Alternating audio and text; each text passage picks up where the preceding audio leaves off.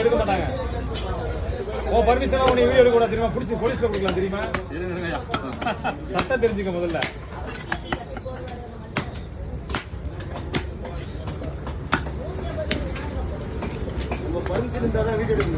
ஆமா எடுக்க கூடாது, எடுக்க கூடாது, நீ எடுக்க கூடாது. பர்மிஷன் இல்லாம எடுக்க கூடாது.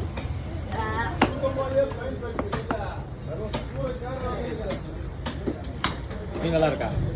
புது ஓகேவா?